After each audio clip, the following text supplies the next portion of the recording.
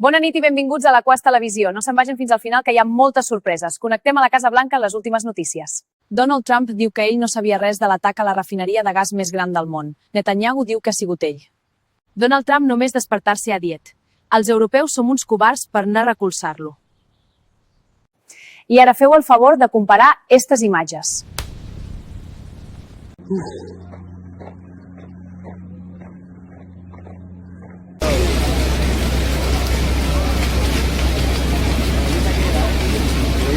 Ui, el govern d'Espanya ha aprovat un decret anticrisis. 80 mesures anticrisis. 10% en llum, gas i carburants. En total, 5.000 milions d'euros. Tornem al nostre lloc habitual. Este diumenge pel matí se celebra la Lliga Roller Freestyle a l'Skatepark de la Quas. També dir-vos que hi ha una exposició fotogràfica al Castell de la Quas que acaba el 29 de març. Més informació a la pàgina de l'Ajuntament. I ara, els esports.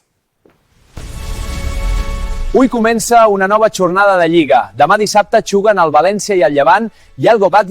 Ara vos deixem més informació. Tornem dilluns. Bon cap de setmana.